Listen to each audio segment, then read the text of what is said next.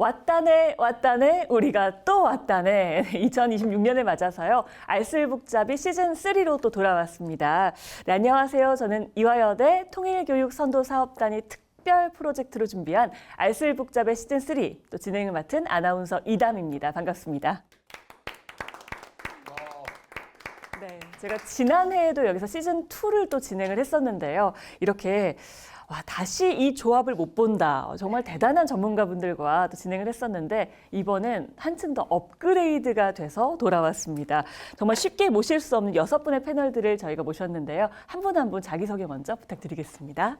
네, 안녕하세요. 저는 이화여자대학교 커뮤니케이션 미디어학부의 유승철이라고 합니다. 저는 이번 그 시즌을 맞이해서 단순히 정책적 프레임으로 북한 문제를 보지 않고 스토리텔링과 커뮤니케이션 입장에서 분석을 준비를 한번 해봤습니다. 안녕하세요. 저는 이화여대 국제학부에 재직 중인 박인휘입니다. 제가 알고 있는 북한 관련된 상식, 지식 이런 것들을 말씀드리고 다른 분과 공유하기도 하고 또 다른 분야의 전문성을 가지고 계신 선생님들이 계시니까 다른 선생님들의 얘기도 경청해서 듣고 또 배우는 자리로 삼겠습니다. 반갑습니다. 네, 안녕하세요. 아산정책연구원 부원장으로 있는 차주현입니다. 저도 아마 그 북한 문제가 원래 제 학위 논문 제목이기도 했고요. 그리고 그 이후에 계속해서 이제 북한 정치 부분, 그다음에 북한 군사 부분에 대해서 많이 연구를 해왔습니다. 그러다 보니까 저도 오늘 이렇게 영광스럽게 이 프로그램에 불려 나올 기회를 잡은 것 같네요. 감사합니다. 안녕하세요. 한국국방연구원 이호령입니다. 저도 이담 아나운서님처럼 시즌2에 이어서 시즌3에 나오게 됐는데요. 이번 시즌에서는 앞선 시즌보다 더 재미있고 또 그리고 담백하면서 주제는 좀 무겁긴 하지만 무거운 주제에 대해서 쏠쏠하고 여러분들에게 좀 도움이 되는 정보 위주로 담백하게 풀어나가도록 하겠습니다. 감사합니다. 안녕하세요. 이화여대 정치외교학과의 김인환이라고 합니다. 알쓸북잡 시즌3 여기에 초대받아서 너무 영광이고요. 제가 오늘 이번에 처음으로 참여하게 되는데 여러 전문가분들과 함께 또 많은 유익한 이야기들 또 여러분에게 또 어떤 새로운 정보들 이런 것들 드리는 그런 좋은 시간 마련했으면 좋겠습니다. 감사합니다. 예, 안녕하세요. 이화여대 북한학과 박원곤입니다. 저는 시즌 1부터 시즌 3까지 다 참여를 하고 있습니다. 왜냐하면 이 프로젝트에 제가 돈을 대고 있습니다. 통일교육 사업 단장을 맡고 있고요. 오늘 정말 좋은 분들 많이 모시고 저희가 북한 문제 너무 딱딱하고 늘 힘들고 어렵고 또 관심도 없고 통일 뭐야 막 그랬는데 저희가 좀 편하게 여기에 전문 북한 연구자들도 있지만 그렇지 않은 교수님들도 계셔서 좀 편안하게 여러분들한테 다가가는 이제 그런 프로로 한번 진행을 해보도록 하겠습니다. 네, 많이 시청해 주시면 좋겠습니다. 네, 우리 교수님들의 또 소개를 한번 들어봤는데요.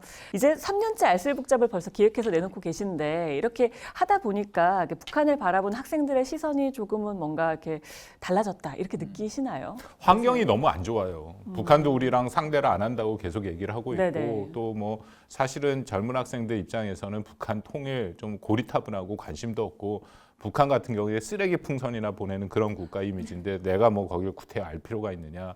그런데 어쩔 수 없이 우리가 어디로 이사 갈 수가 없지 않습니까? 우리가 같이 살고 있으니까. 그래서 이런 알쓸북잡 같은 거로 좀 더 편안하게 그렇지만 또 안에서 뭔가 좀 울림이 있는 그런 접근을 해보자 해갖고 시작한 거니까요.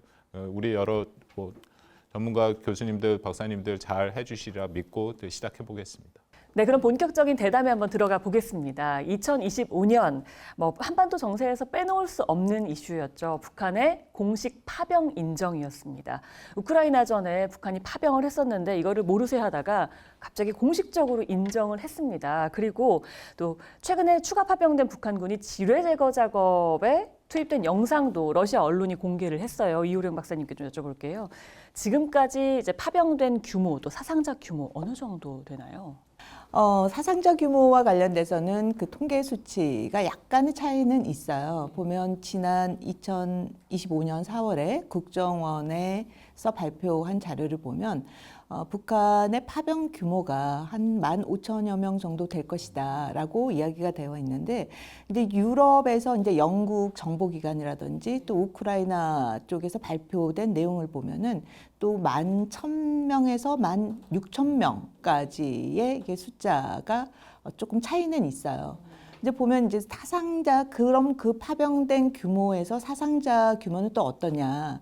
또 여기도 약간의 숫자에 이제 차이가 있는데, 그럼에도 불구하고 이제 우리 측에서 발표한 자료를 보면 한 4,600여 명의 이제 사상자가 있을 것이다라는 이제 평가가 있어요. 그러면 그 중에 600여 명은 이제 사망자고, 그다음에 이제 다친 부상병이 한 4,000여 명이 이제 된다라고 하고 있고, 또 그 중에 이제 북한에 돌아온 인원이 또 한 2,000여 명, 사상자 중에 이제 다친 병력 규모가 한 2,000여 명 정도는 이제 돌아왔다라는 이제 그런 통계 자료는 있죠. 근데 보면은 북한이 사실상 파병은 2024년에 10월부터 이제 그런 움직임이 위성을 통해서 밝혀지면서 북한이 파병을 한다라는 게 11월, 12월에 걸쳐서 두 차례 크게 병력 이동이 그 보도가 되면서 북한이 정말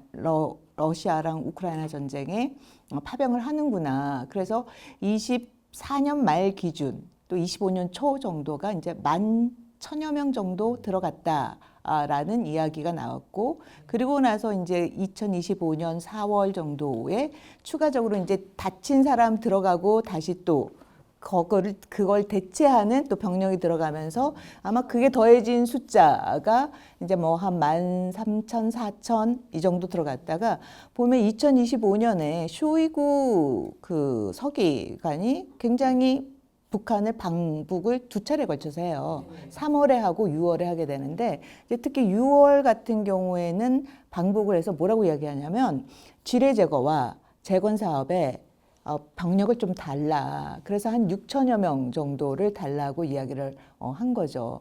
이제 그래서 보면은 2025년 12월 같은 경우에는 이제 김정은 위원장이 지뢰 제거를 한 사망자가 9명이다라고 이제 방송에서 밝히죠.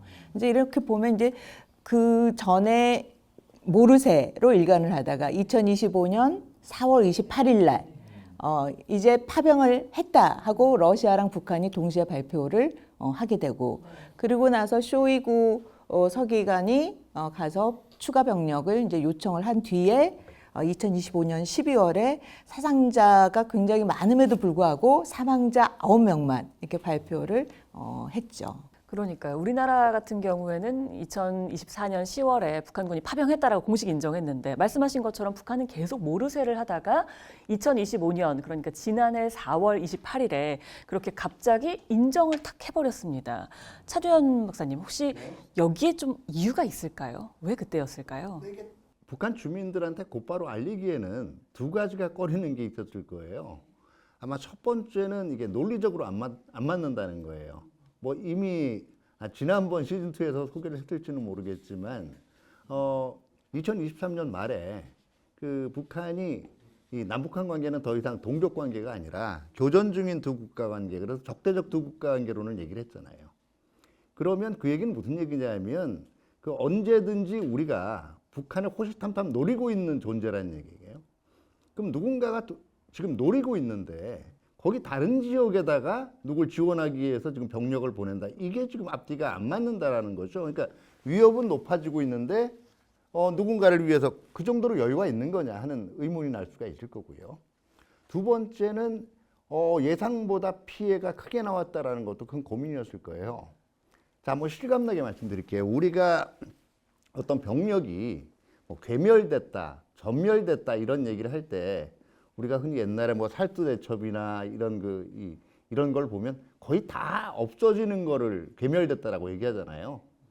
근데 원래 군사적으로 한 개 단위 부대에서 30% 정도가 죽거나 다쳐서 제 기능을 못하게 되면 그 사단은 사실상 전투력을 상실하거나 이 괴멸된 걸로 간주를 합니다. 근데 지금 이호령 박사님 얘기했잖아요. 지금 최대한 15,000까지도 나오는데, 그러면 4,600명이 죽거나 다쳤다라고 추산이 된단 말이에요.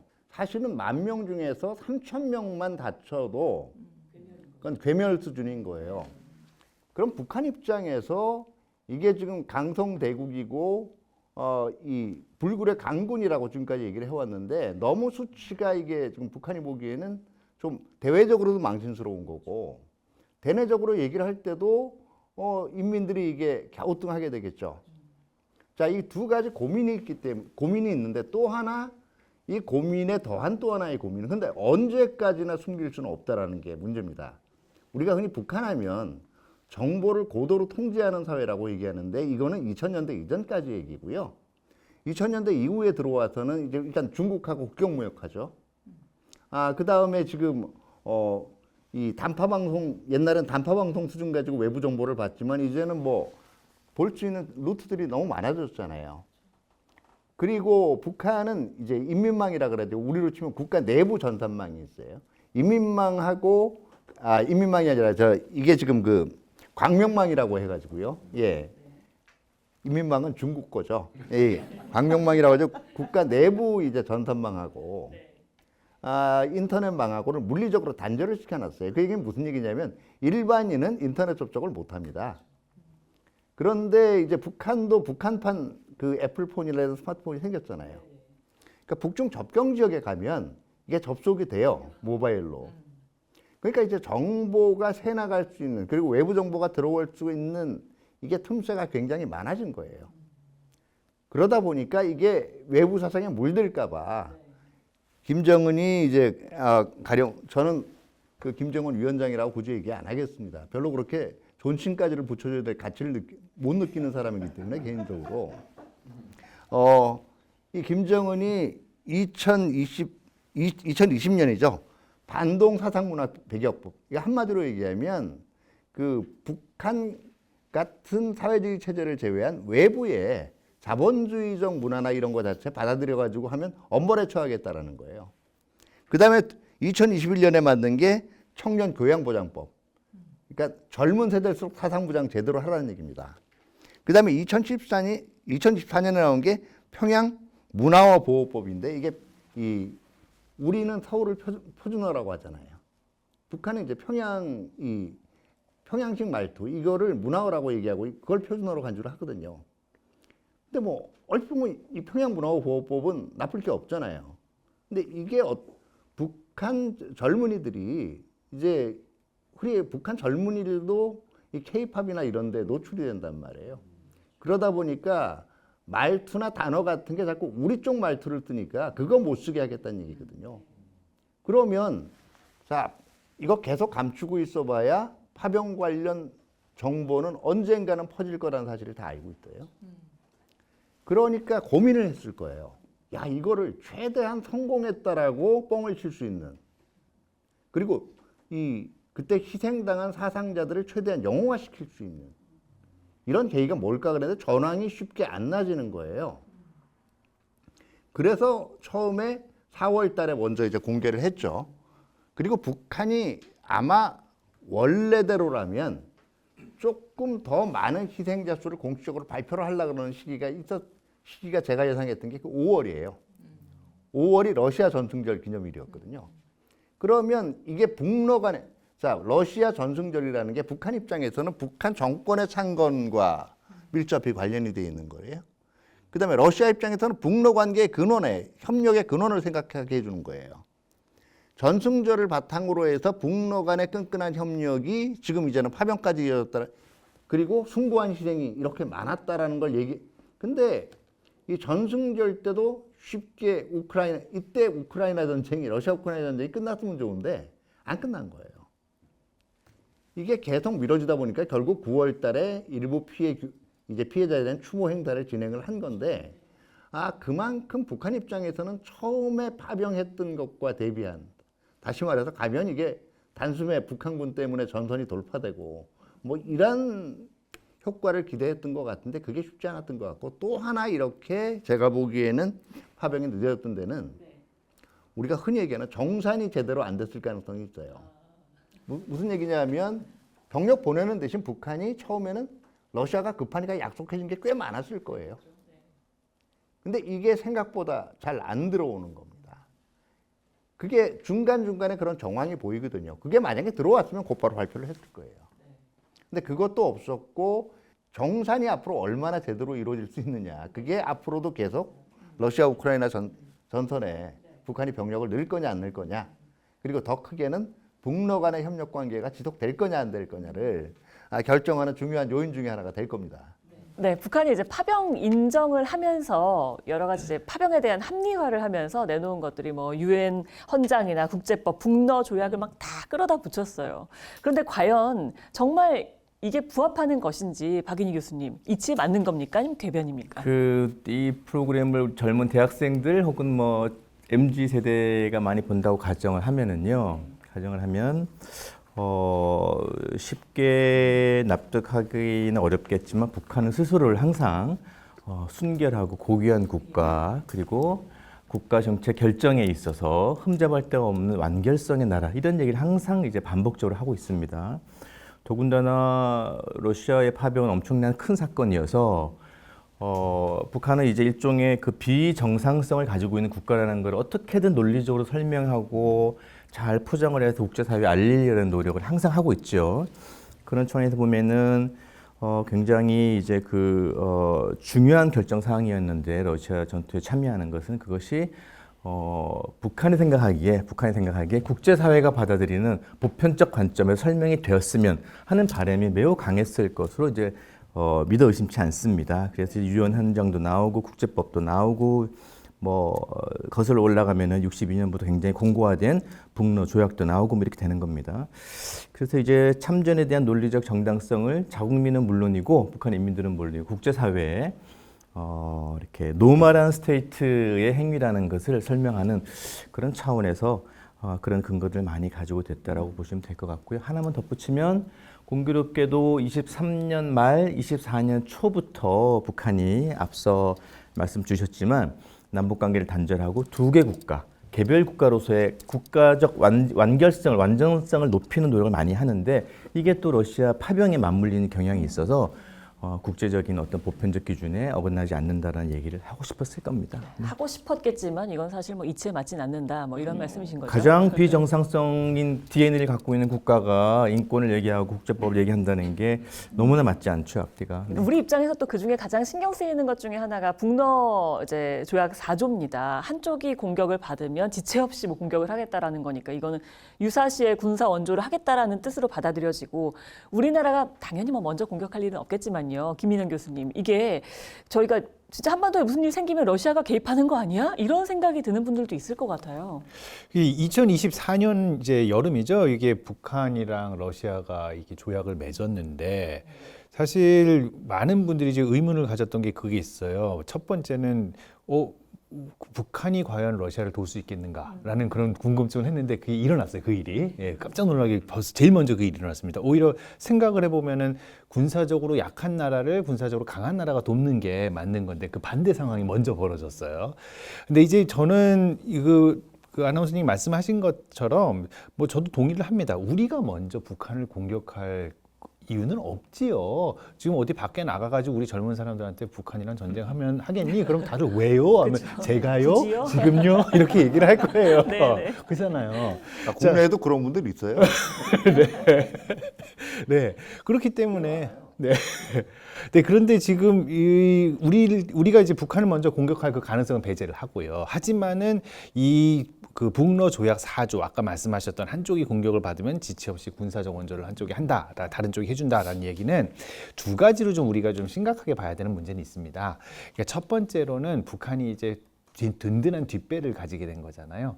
그렇게 되면은 북한이 좀 더 과감해질 수가 있어요. 그러니까 행동이나 언사에 있어서. 예를 들어서 뭐 미사일 실험을 더 자주 한다든지 아니면 뭐 핵 도발을 한다든지 아니면은 대남 언사를 굉장히 강경하게 하면은 이게 문제가 되는 거는 서로 간에 그런 불안이 작용이 되잖아요. 그러니까 긴장이 고조될 그런 가능성이 있고 또 하나는 이제 어찌됐건 간에 지금 러시아가 한반도 문제에 군사적으로 개입할 수 있는 근거가 마련됐다는 것은 우리에게 좀 걱정거리입니다. 뭐 다시 말씀드리지만 우리가 북한을 공격할 일은 없지만 무슨 일이 벌어졌을 때 러시아가 이 조약을 근거로 북한의 안정을 위해서 우방을 위해서 돕기 위해서 파병을 하겠다 이런 식으로 가게 되면은 이거는 이제 한반도의 문제가 정말 강대국 간의 그 각축장이 되어버릴 수 있는 그런 위험성을 내포하고 있다고 생각을 합니다. 네, 패널 분들의 정말 열정, 굉장히 열정으로요, 정말 열띤 토론을 한번 들어봤는데요. 자, 북한의 파병 정치 계속 이어가겠습니다.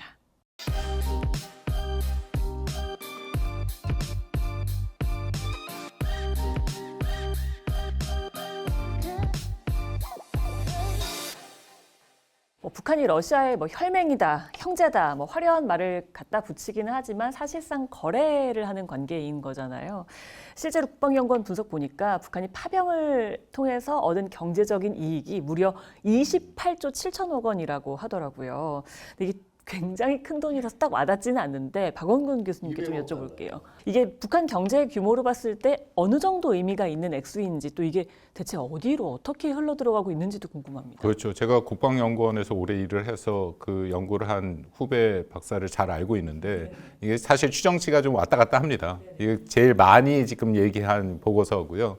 적게 얘기한 건 한 10조 정도도 얘기하고. 근데 중요한 거는 북한의 연간 그 GDP 규모로 북한의 GDP 추정치를 따르면 한 40조에서 45조 정도 된다라고 돼 있거든요. 그러면 28조 7천억이면 거의 60에서 70% 정도 되는 건데 이제 이렇게 생각하면 쉽게 그럼 북한 주민들에게 뭔가 혜택이 돌아가는 거 아닌가 막 그렇게 생각할 수 있잖아요. 아닌가요?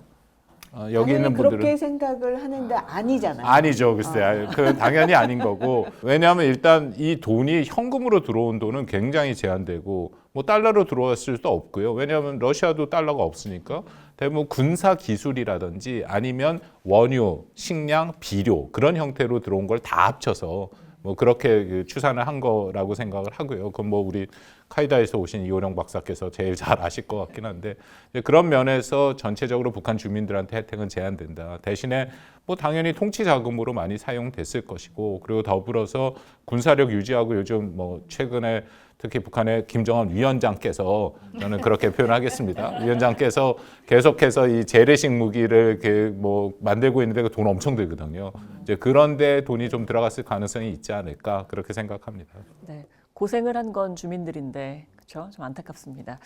이 파병 북한이 처음 이제 인정을 했을 때요.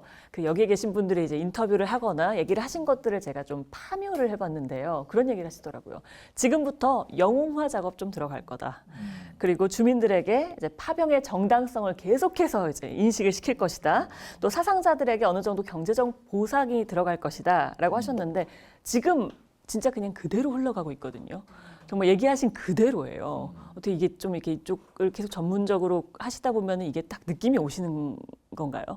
당연한 오시는 건 건가요? 아니고요. 네, 그분이 오셔서 우리가 어디 이 역술인들 분들 만나러 가잖아요. 그럼 역술인들 중에 정말 그분이 있으신 분들도 있지만 대부분 굉장히 많은 고객들을 만나보지 않겠습니까? 그건 케이스가 있는 거예요. 대충 표정을 저렇게 짓고 들어오는 사람들은 무슨 일로 왔다.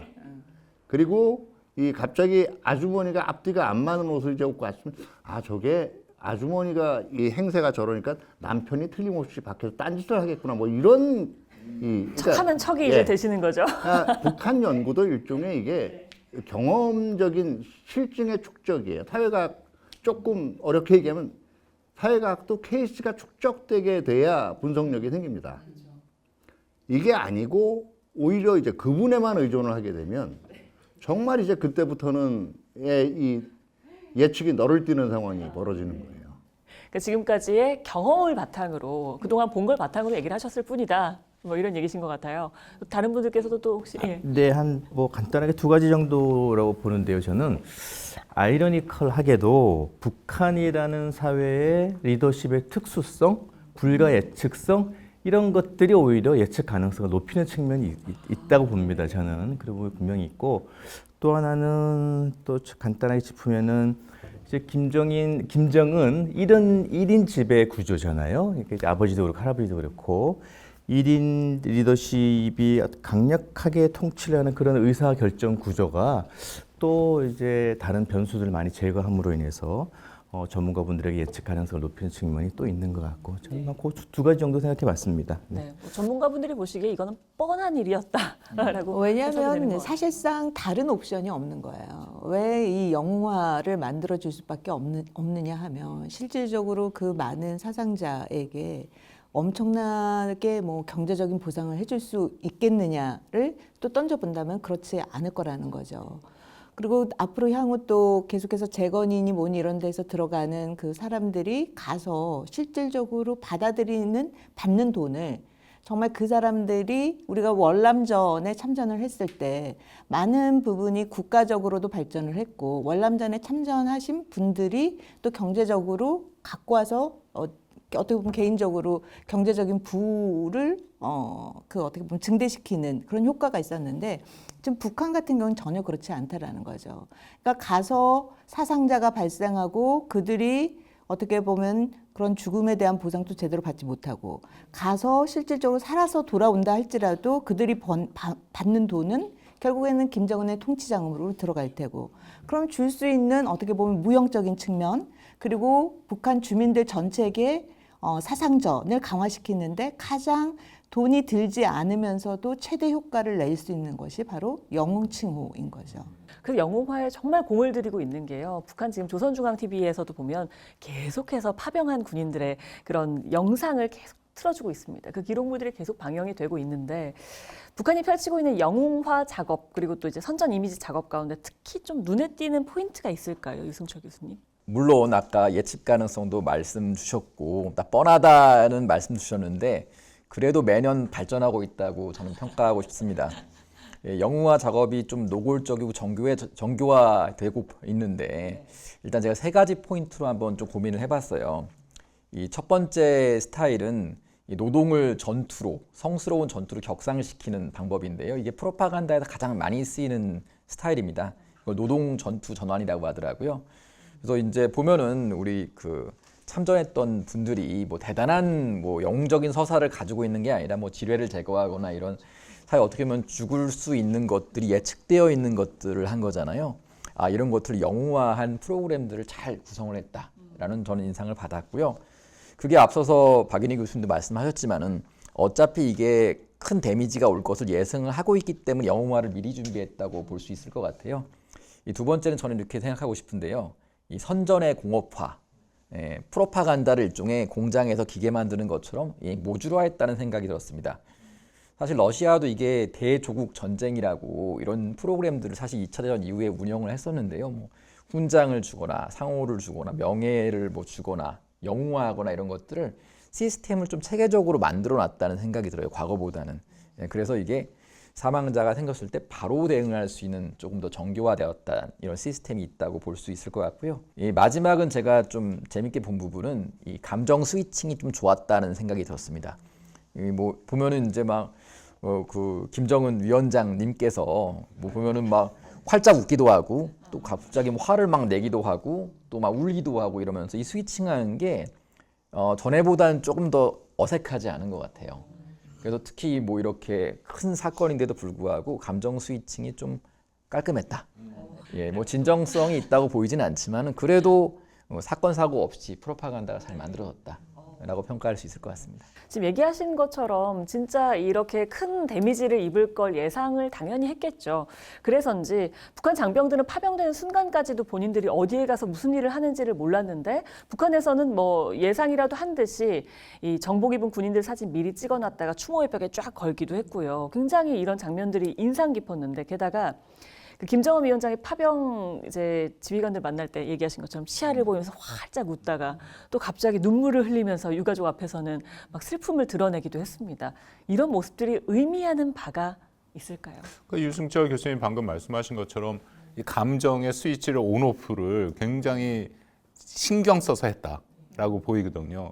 이게 2가지 장면이 나오지 않습니까? 김정은 위원장께서 웃음으로 활짝 웃는 것은 지휘관들 앞에서 웃게 하고 심지어는 북한에서 제일 중요한 게 그것을 그러니까 김정은의 입장에서 저쪽 지휘관이나 자기의 수하들을 존중한다는 의미는 맞담배를 피게 해주는 거거든요. 그 맞담배도 폈거든요. 그만큼 내가 전쟁을 완전히 통제하고 있어라는 자신감을 보여준 거고, 근데 더불어서 스위치를 또 확 바꿔갖고 전사자 유가족들 앞에서는 막 눈물을 보이잖아요. 눈물을 보이는 거, 이것은 국가가 이런 개인의 희생에 대해서 내가 당신들을 정말 사랑하고 당신들을 생각한다고, 이제 그 애민 사상이라 해서 우리 그 계속 북한이 얘기하고 있는 것 중에 하나인데요. 그러니까 일종의 그런 감정 정치를 이번에 잘 보여줬다, 그렇게 생각합니다. 저는 거기 그 장면 중에서 가장 눈에 들어온 게, 보면 이제 감정 스위치를 굉장히 깔끔하게 이제 처리를 했다라고 이제 말씀을 하셨는데, 저는 그게 너무 인위적이고 조작적이라 가지고 과연 그게 깔끔한가? 오히려 북한 주민들이 저걸 어떻게 받아들일까라는 생각이 든 것 중에 하나가, 보면 갑자기 어떻게 보면 막 활짝 웃으면서 있다가 바로 이어서 그 장면에서는 막 눈물을 흘리는데, 보면은 그 사망자들의 그 유족들의 울고 통곡하는 모습은 전혀 소리가 방송이 되지 않았다라는 거죠.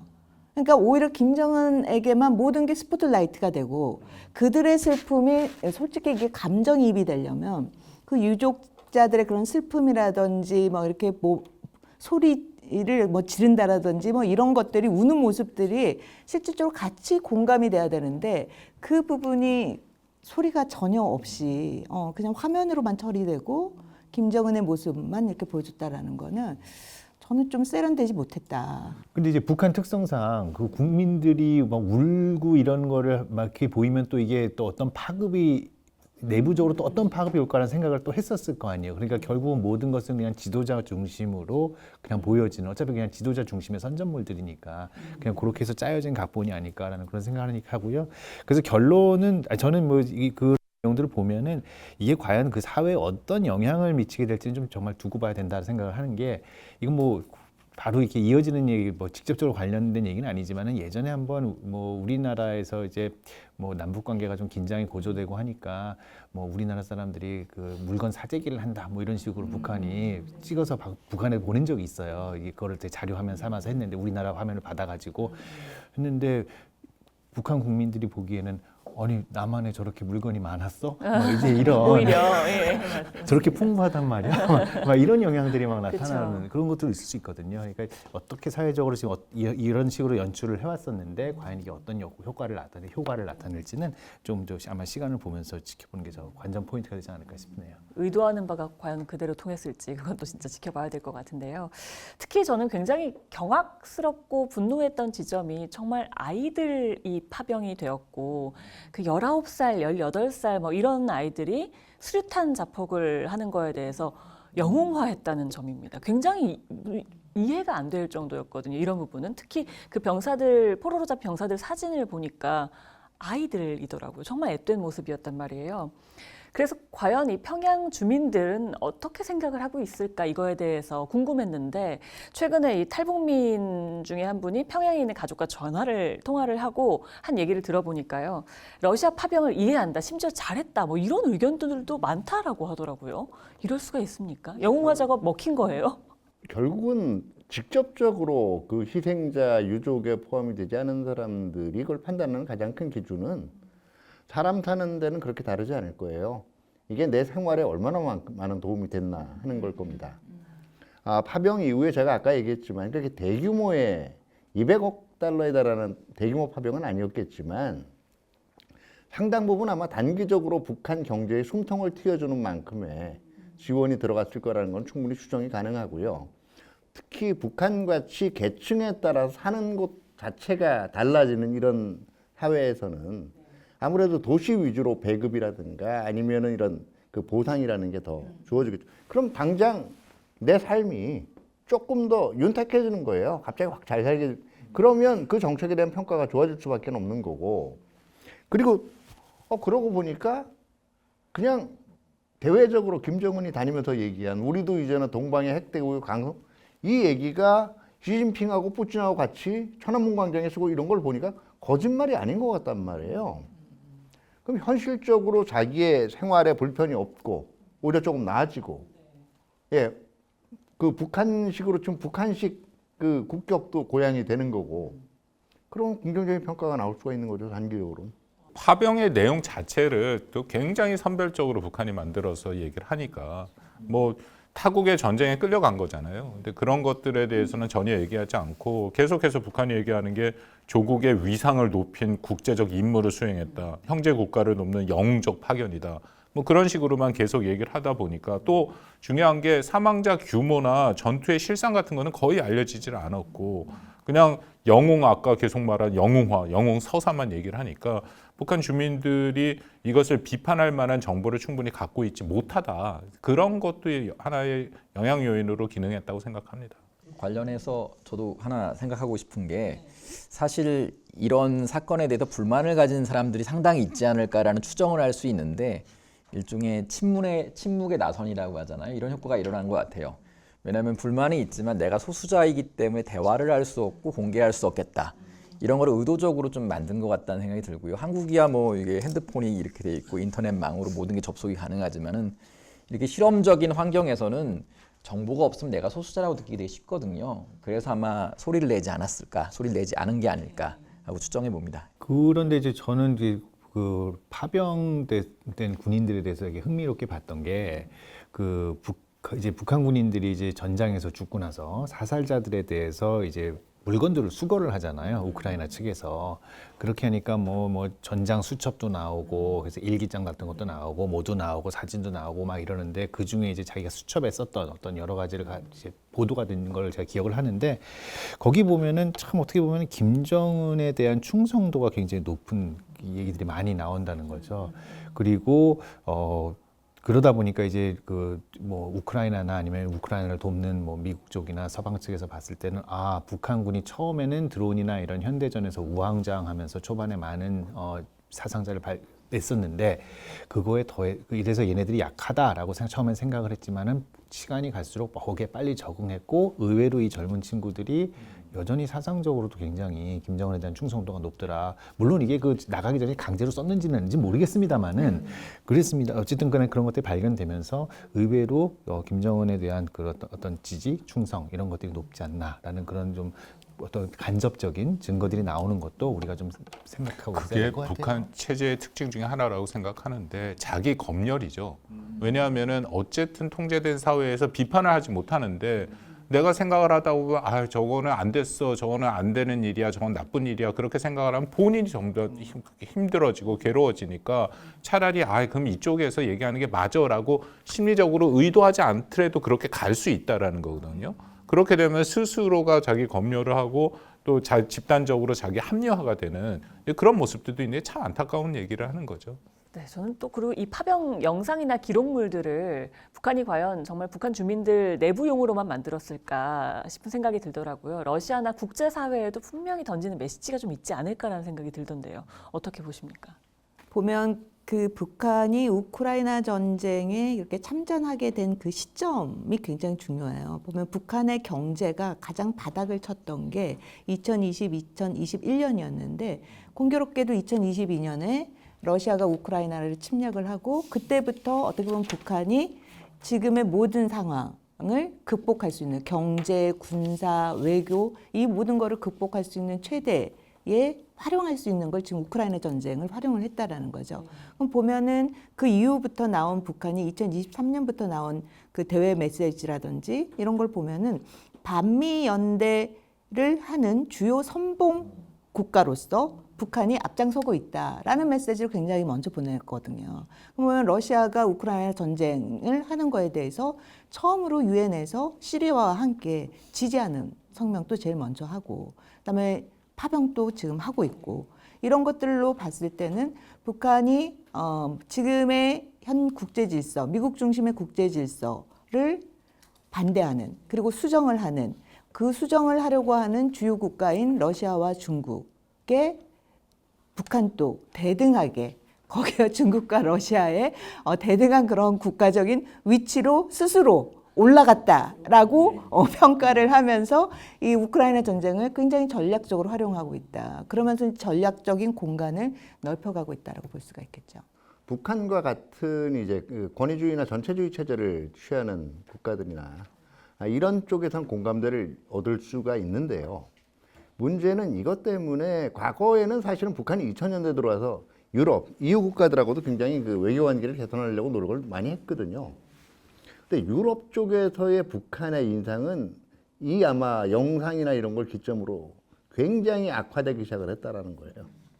그와 같은 경우에는 유럽 국가들 중에서 이제 지금은 나토 회원국이 된 스웨덴이나 이제 핀란드나 이런 국가들 같은 경우에 상대적으로 북한에 상당히 좀 온정적인 이런 태도를 보인 국가들이었는데 최근에 이렇게 유럽 쪽에 있는 인사들을 만나보면 북한에 대한 이미지는 과거에 조금 변방에 있었던 조금 이상한 체제 이런 정도가 아니라 거의 침략자를 도와주는 거의 이 러시아와 비슷한 하나의 러시아에 부속되어 있는 위협으로까지 지금 인식을 하고 있거든요.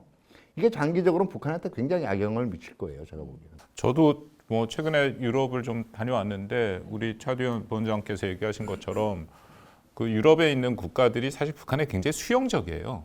그러니까 이들이 인도주의적 지원 그리고 북한에 대해서 뭔가 좀 더 도와줘서 개방성을 높여야 된다 그런 생각도 있고 해서 하는데 그런 생각들이 많이 바뀌었더라고요.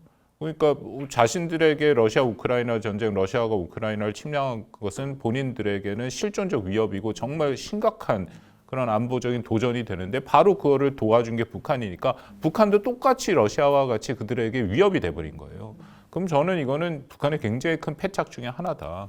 앞으로 북한이 어떻게 될지 모르겠지만 유럽이라는 핵심적인 그런 큰 그 일종의 협의체 EU 같은 경우를 놓친다는 것은 북한에게도 뭐 굉장히 저는 마이너스가 되는 요인이다라고 생각합니다.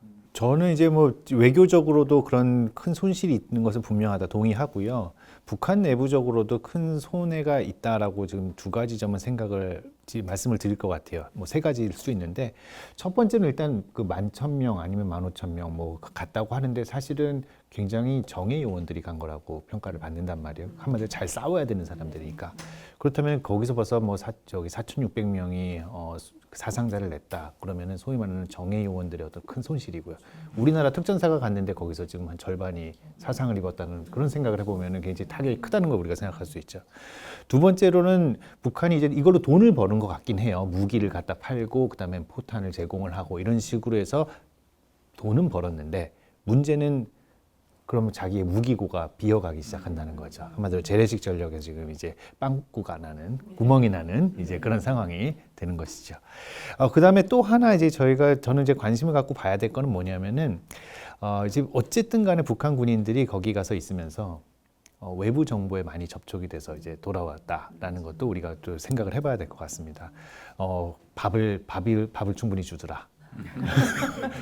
그 다음에 아팠는데 치료가 잘 돼 있더라. 팔을 다쳤는데 저기 좀 너무 여기 극단적으로 얘기하면 갑자기 뭐 절단을 바로 하는 게 아니고 여러 가지 수술고를 해서 선진 의료를 통해서 뭔가 고치더라.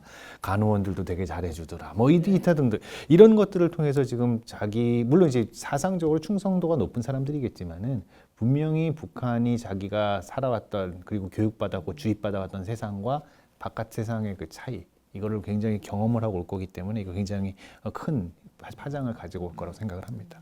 PTSD. 외상후 이제 스트레스 증후군이에요. 이게 지금 사상자가 아니라 살아 돌아온 사람들 사이에서 상당히 발현될 가능성이 큽니다. 그렇게 되면 결과적으로 남의 전쟁에 끼어들어서 돌아온 사람들이 과연 어떤 결과를 맞고 있는지를 특히 영웅화 시켰던 사람들까지 이게 이제 그 북한 주민들이 보게 되는 거예요. 이게 북한 사회 내부적으로는 상당히 플러스 요인보다는 마이너스 요인이 될 가능성이 있어요. 아무리 소수라고 하더라도 이게 분명히 이런 부분들은 마이너스 되는 요인이라고 보여지는데요.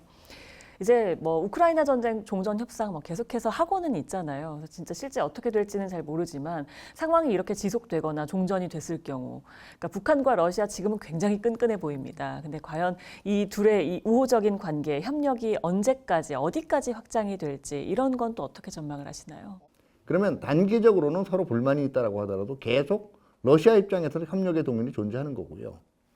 북한 입장에서도 지금 김정은 입장에서는 상당히 지금 어떻게 보면 자기 존재가 높아졌을 거예요. 자기 굉장한 존재고. 그런 입장에서 아마 쉽게 미국의 트럼프 대통령하고도 그렇게 조기에 협상에 나설 가능성도 적어요. 그리고 또 그 미국을 초조하게 만들기 위해서라도 당장 우리가 미국한테 급한 게 없다는 걸 보여주려면 뭔가 충분한 자원을 획득을 해놔야 됩니다. 그 자원을 제공해 줄 수 있는 가장 지금 단기적인 그리고 그나마 즉각적으로 요구할 때마다 나올 수 있는 통로가 러시아예요. 그런 면에서는 분명히 올해 그리고 뭐 길게는 내년 초까지도 협력이 지속될 동의는 분명히 있는 거고요. 다만 이게 중장기적으로 계속될 수 있느냐는 여러 가지 의문이 있죠. 왜냐하면 우리가 원론적으로 얘기하면 북러 관계사에 벌써 북러 관계사도 한 70여 년이 넘어가거든요. 북러 관계사의 한 20% 정도가 결속과 협력 이런 키워드를 가지고 있으면 80%는 상호 간의 불신과 견제 그리고 예속과 그를 탈피하려는 북한 나름의 움직임 이렇게 나타나거든요. 반복될 가능성이 있어요.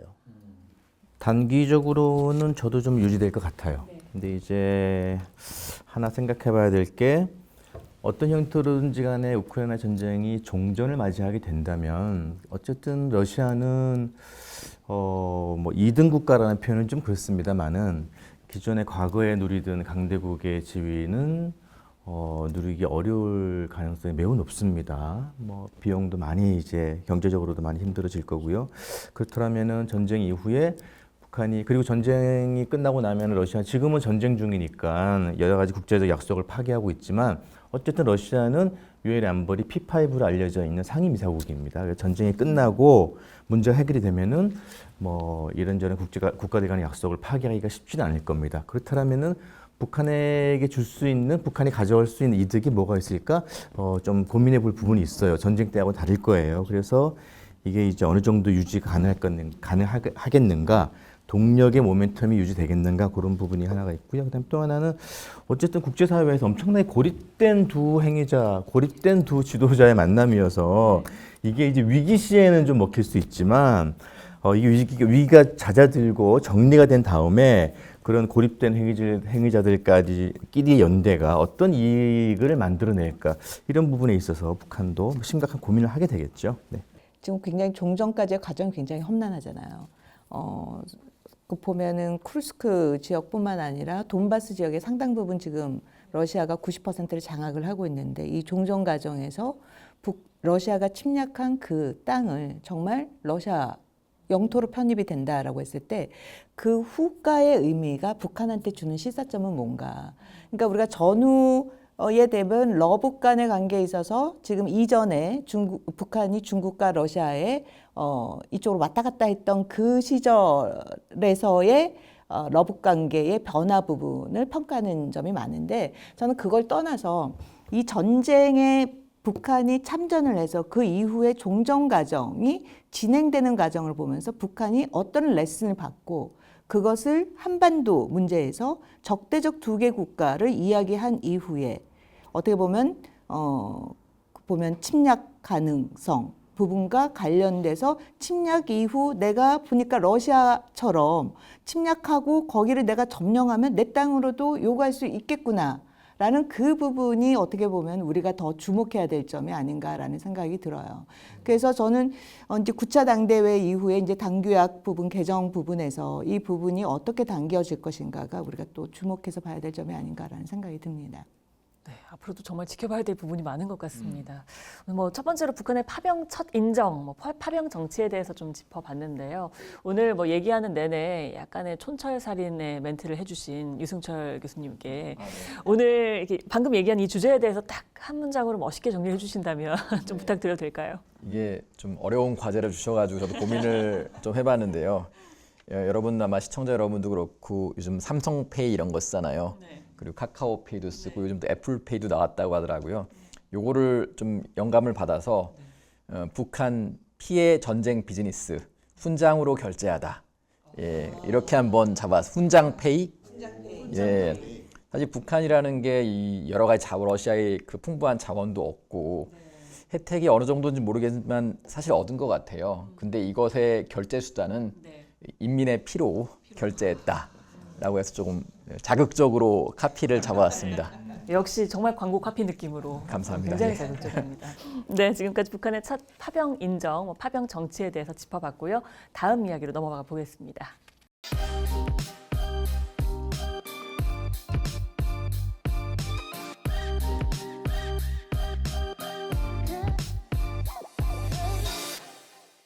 네, 그리고 2025년 북한의 군사행보에서 또 하나 눈에 띄는 게 있습니다. 재래식 무기의 현대화에 굉장히 집중을 하고 있는 모습을 보이고 있는데요. 2025년 김정은 위원장의 군사 시찰이나 또 당 창건 80주년 기념 열병식에서 재래식 무기들을 열심히 보여줬습니다. 이호령 박사님, 대표적인 재래식 무기들 어떤 거가 있을까요? 2025년에 보면은 굉장히 다양한 측면에서 공중, 그다음에 땅, 바다, 할 것 없이 골고루 다 보여준 것 같아요. 일단 하늘부터 보면은 북한이 처음으로 이제 공중 조기 경보기다라는 거를 이제 공개를 했어요. 보면은 기존의 일루션 76 수송기에다가 위에다가 이제 공중 레이더 돔을 이제 다른 거죠. 그리고 그것이 조기 경보기다라고 이제 선전을 했는데 실질적인 효능과 성과는 우리가 알 수는 없는 거죠. 네. 근데 보면 그 디자인이나 이런 걸 봤을 땐 러시아나 중국에서 이제 그 비슷한 형태는 있거든요. 근데 보면 조기 경보 레이더 그 돔은 중국이나 러시아보다는 좀 더 크게 해서 수송기 위에다 달아서 조기 경보 레이더기다라고 이제 보여줬고, 그다음에 두 번째로는 많이 이제 주목해서 볼 수 있는 부분 중에 하나가 바로 드론이에요. 그래서 이제 자폭 드론이다, 이제 공격 드론이다 해서 여러 가지를 이제 보여줬는데, 보면은 이제 그 드론의 발전 속도가 굉장히 빠르게 진행이 되고 있다라는 점을 보여줬는데, 그러니까 아무래도 우크라이나 전쟁이 또 드론전이다 보니까 그 부분과 관련돼서 드론 또 결국에는 우크라이나 전에 또 지원도 하고 그런 거랑 연결이 돼 있는 것 같아요. 근데 보면 우크라이나 전에서 사용됐던 그 형태를 보면 이제 그 벌떼 작전이라고 할 수 있는 것처럼 트럭이 열리면, 그때는 우크라이나에선 거미 작전이라고 그랬었죠. 그럼 보면 드론들이 쫙 나와가지고 이제 원하던 목표 지역에 공격을 했던 걸, 그거를 보면 당 창건 80주년 때 실질적인 그런 트럭 플랫폼이 있는 거를 또 보여줬죠.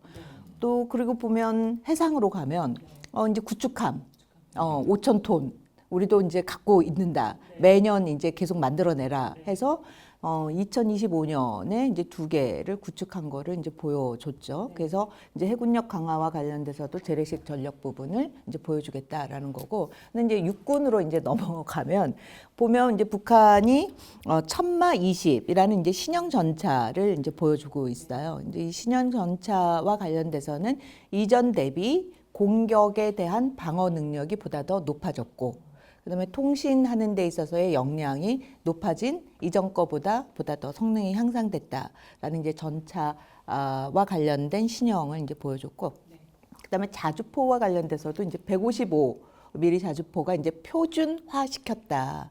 그래서 이전보다 이제 좀 성능이 좋아졌다라는 점을 또 보여주고 있는 거죠.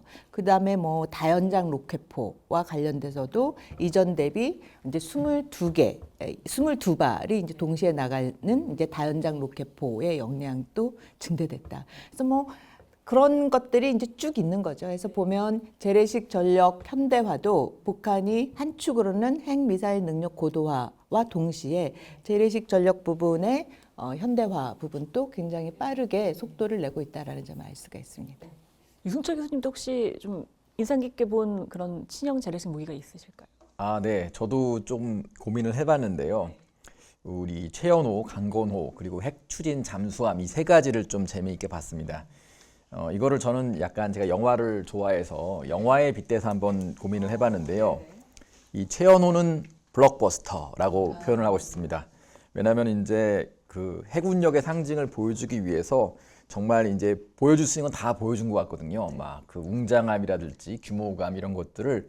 블록버스터는 사실 숨기지를 않아요. 저희 어벤져스 이런 거 보면 다 나오잖아요. 용사들이.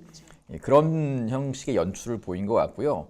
그다음 강건호는 좀 재밌는 것 같아요. 넘어졌잖아요, 한번 이게 넘어지는 거. 근데 제가 좀 궁금했던 부분이 넘어지는 걸 왜 보여주고 이렇게 홍보를 했을까 이런 걸 생각해 보면은 뭐 예를 들어서 이제 군 기강을 잡기 위해서 했다는 표현도 있겠지만은 저는 이게 좀 주목해 볼 여지가 있는 것 같습니다. 그래서 영화에 빗대면은 저는 서스펜스 무비라고 생각합니다.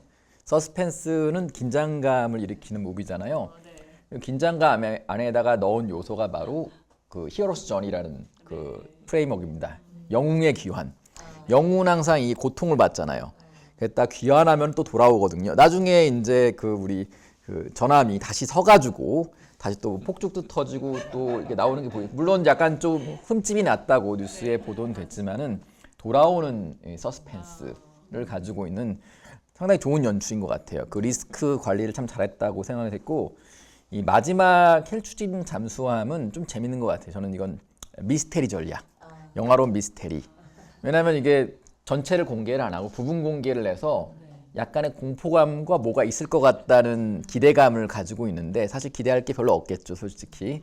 하지만 이게 미스테리를 가지고 있어서 세 가지 무기지만은 서로 다른 영화적인 요소를 갖고 있는 좀 재미있는 공개 방식이다 라고 생각합니다. 그동안 사실 북한은요, 뭐 북한하면 핵거린다 할 정도로 그렇게 핵을 열심히 추진을 해왔는데, 이제 핵과 재래식 무기를 이제 함께하겠다라고 공표를 할 만큼 재래식 현대화의 진심인 건데, 왜 이렇게 갑자기 재래식 현대화의 진심이 된 건지 이게 좀 궁금합니다. 박인희 교수님. 매우 중요한 포인트인데요. 우리가 보통 이제 뭐 정확한 전문가들에 따라 용어가 다르긴 하지만 재래식 무기가 있고 전략 무기가 있습니다. 그러면 핵 같은 경우는 대표적으로 전략 무기인데, 사실 일반적으로 생각하시는 거와는 달리 핵 개발이 경제적이죠. 비용도 적게 들고. 재래식 무기는 막 그 비싼 기름 써가면서 훈련도 계속 해줘야죠. 대규모 병력을 유지하고 뭐 먹이고 뭐 그 엑서사이즈 하려면 엄청난 비용이 들어가죠. 그래서 이제 핵 무력은 북한식 표현으로 2017년에 완료가 됐습니다. 그래서 인민을 다잡는 효과도 있었고요. 한반도에 한 20여 년 걸쳐서 핵 개발을 통해서 한반도의 상시 위기 구조를 만들므로써 내가 아니면 안 돼, 김정일, 김정은이 아니면 안 된다라는 생각에 최면을 걸었고, 또 미국과 중국 같은 강대국이 한반도에 계속 관여하는 근거를 제공했어요. 그건 북한으로 하여금 생존의 기회를 보장해 준 거예요. 어떤 의미에서. 그래서 핵무기가 완성된 거고, 지금 상황에서 재래식 무기도 같이 이렇게 나서는 걸 보면은 아까 말씀드렸던 비용적 측면이란 차원에서 보면은 군사적 기술이든 경제적 여유든 러시아로부터의 어떤 지원 이런 게 굉장히 좀 숨통을 트게 해주는 게 아닌가라는 생각이 들고요. 그리고 또 핵무력만으로는 한반도와 같은 특수한 전장 상황에서는 적용하기 어려운 측면이 좀 있습니다. 그래서 재래식 무기가 이렇게 보완되지 않으면은 북한의 군사력이 이렇게 본인들이 만족할 만한 수준이 안 되는 그런 게 또 있을 거라고 보이고, 하나만 더 짚어보면은 사실 저는 개인적으로 트럼프 대통령의 김정은에 대한 구애가 언제까지 지속될지는 잘 모르겠어요. 저는 개인적으로 경주 에이펙을 계기로 해서 트럼프의 구애가 좀 꺾였다고 해석하고 있습니다.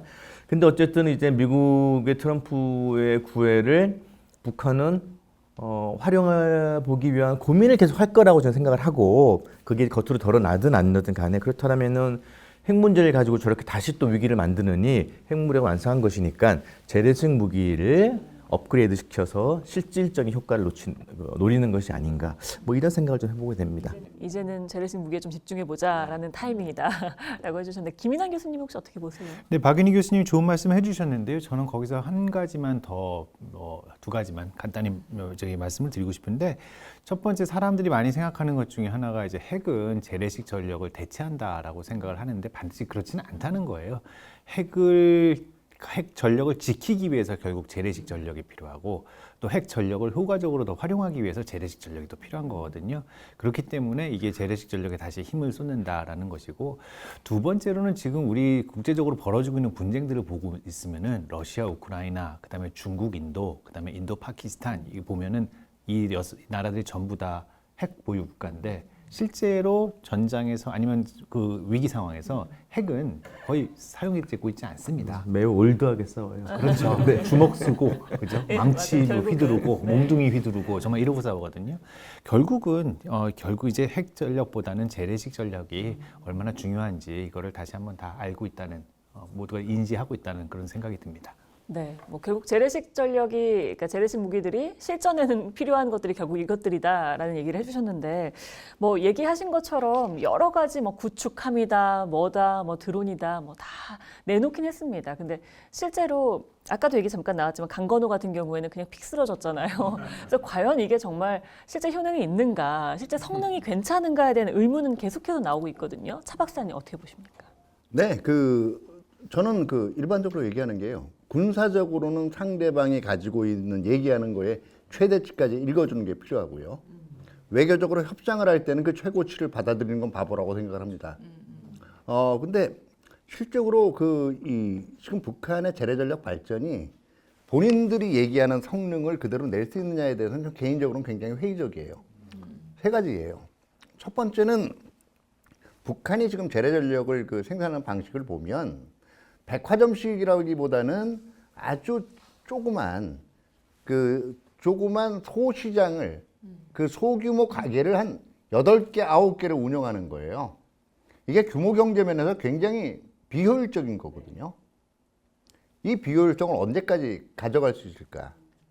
그다음에 두 번째는 결국은 그 국가의 군수 경제하고 민간 경제는 같이 갑니다. 결국 무슨 얘기냐 하면 배도 우리가 대형 컨테이너선이나 유조선 같은 걸 건설을 해본 능력이 있어야 5,000톤, 6,000톤급의 배를 만들 수가 있어요. 근데 이게 기존에 북한이 가지고 있던 기존에 만들었던 배들이 거의 한 1,500톤이 제일 큰 거였어요. 근데 갑자기 3배를 늘렸단 말이에요. 그 다음에 이제 세 번째 얘기할 수 있는 것들이 결국은 그러면 최연함 2번함 강건함 진수에서 나왔지만 저는 저거 세울 거라 그랬어요. 처음에 엎어졌을 때. 왜 그러냐 하면 아무것도 없어서. 예, 저게 가지고 있는 항전 장비라든가 이런 걸 다 실으면 무거워서 균형이 그렇게 나올 수가 없어요. 넘어진 이유도 넘어진 이유고 쉽게 세울 수 있는 이유도 설계에 겉만 꾸려놓고 정말 중요한 이 전자장비나 이런 것들을 제대로 탑재를 안 한 거예요. 깡통인 거죠, 한마디로 얘기하면. 개연성이라는 측면을 볼 때 우리가 수능을 보는데요. 각 과목에서 고르게 2, 3등급이 나왔던 학생이 어느 날 갑자기 1등급이 나왔어요. 이거는 우리가 그럴 수 있다라고 보는 겁니다. 근데 보통 평균 7, 8등급을 하던 친구가 1등급이 나왔다. 이게 뭐라고 생각하겠어요? 치팅? 예. 이게 치팅을 했거나 이렇게 생각을 할 거예요. 그러니까 객관적으로는 지금 그걸 바라봤을 때 물론 대비는 그럴 가능성에 대비를 해야 되겠지만 실제로 협상이나 이런 데 나설 때는 그걸 그대로 액면 그대로 읽을 필요가 없다라는 게 제 생각이에요. 1등급이 실제 나온 게 아니라 1등급이 나왔다고 얘기를 하는 중인 거니까요. 저희가 이제 확인을 한번 해봐야겠죠. 근데 확인할 수는 없고 그렇습니다. 혹시 이 부분에 대해서 박원곤 교수님은 어떻게 생각하세요? 저도 우리 군 당국이랑 한번 얘기를 한 적이 있었는데 5,000톤급 구축함이라는 강건함, 최연함 같은 경우에는 이게 사실은 방어 능력이 있어야 되거든요. 그 구축함을 왜냐하면 다시 우리가 갖고 있는 잠수함 같은 경우에 어뢰를 쏘면은 그것을 막을 수 있는 그런 방어 장치가 있어야 되는데 그 배는 방어 장치가 없는 것으로 보입니다. 그렇기 때문에 사실은 돈을 꽤 많이 들여서 만든 배긴 하지만 우리 잠수함의 어뢰 한 방이면 무력화될 수 있다. 그렇게들 다 판단하고 있더라고요. 그럼 정말 실효성은 없어 보인다. 그 실효성은 거의 없는 거에 지금 돈을 쓰고 있는 거라서 이것은 우리 김정은 위원장께서 또 하나의 패착이 되지 않을까 하는 그런 생각이 듭니다. 그 김정은 위원장이 카메라에 잡히는 모습들을 보면요. 무기와 함께 나 좀 강하지? 좀 이렇게 어깨에 뭔가 탁 힘이 들어가 있는 그런 느낌들을 받게 되더라고요. 그러니까 성능을 떠나서 이런 재래식 무기를 과시하는 것 자체가 중국이나 러시아 같은 우방국이나 국제사회에 어떤 메시지를 던지고 있다라고 그냥 느껴지는 부분이 있거든요. 어떻게 보세요? 나 무시하지 마, 나 무섭지. 그 다음에 또 이제 중국이랑 러시아에 대해서는 나도 너희들만큼은 너희만큼. 할 수 네. 있어라고 하는 건데 이제 그 사람들이 다 그렇게 인정하는지는 그쵸. 이제 완전히 또 다른 문제가 되는 거죠. 맞습니다. 예. 아까도 잠깐 얘기가 나왔는데요. 핵무기를 만드는 데만 저는 돈이 정말 많이 들어간다라고 생각했는데 재래식 무기를 현대화하는데 정말 돈이 많이 들어간다고 아까 잠깐 설명을 해주셨어요. 실제 뭐 기름, 뭐 훈련, 뭐 이런 것들 때문에 진짜 많이 들어가는 건가요? 어느 정도 돈이 들어가는 거예요? 그 재래식 무기도 한번 만들고 끝이 아닌 거잖아요. 그러니까 계속해서 뭐 사실 핵무기 같은 경우에 개발 단계에 막대한 돈이 들어가는데 한번 일정 수준을 넘으면은 사실 돈이 상대적으로 좀 덜 들어가죠. 근데 재래식 무기 같은 경우에는 계속 움직이니까 소모되기도 하고 계속 고쳐야 되기도 하고. 그러니까 예를 들어서 연료도 계속 들어가야 되고, 때때로 부품도 교체해줘야 되고, 또 훈련도 해야 되고. 그러니까 유지 비용이 사실상 상당히 높고요. 또 하나는 북한 같은 경우에 굉장히 낙후된 재래식 전력을 갖고 있는데 이게 또 문제가 심각한 게 이것을 유지하는 것도 결코 싸지 않거든요. 고장이 계속 나니까 이걸 뭔가 고쳐야 되는 거고 또 부품도 자체 생산해야 되는 거 있고 또 매우 비효율적이니까 연료나 그런 게 더 많이 들어가는 거고 그렇기 때문에 이렇게 현대화하지 않아도 돈이 들고 계속해서 또 현대화하면 더 큰 돈이 들고 그런 상황에 놓여 있다고 보입니다. 지속성을 갖기는 굉장히 어려운 문제겠네요. 지속성을 가지기도 힘들고 문제는 북한이 현대화를 하고 있다는 거예요. 흔히 얘기하는 것들이 가끔 이제 이 군사 전문가 분들이 얘기하는 게 북한은 그 방위 산업이나 무기 생산에 인건비가 거의 제로에 가깝기 때문에 훨씬 더 유리하다라고 얘기하는데 이게 그 보통 우리가 2세대, 3세대, 4세대 이렇게 가게 되면 처음에는 단순한 그 특정 가령 전차 같은 게 기계공학이란 말이에요. 처음에는 그러다 이게 3, 4세가 되면 전자공학하고 다른 것들이 다 융합이 돼야 돼요. 이건 무슨 얘기냐면 첨단 무기일수록 인건비 비중이 극히 낮아집니다. 그럼 그때부터는 재료는 어차피 북한도 밖에서 직접 개발하거나 사오기 위해서는 그만한 국제시장 가격보다는 싸다고 하지만 과거에 1, 2세대, 9세대 무기 만들 때보다는 훨씬 더 많은 돈이 들어가는 거예요. 그 실제 그러니까 정말 돈이 이렇게 많이 들어가는 일인데 뭐 천하의 김정은 지시라고 해도 돈이나 자원을 그냥 찍어낼 수는 없는 거잖아요. 그럼 이거를 우리나라 방산업체처럼 빨리빨리 막 계속 만들어낼 수는 없는 거 아니겠습니까?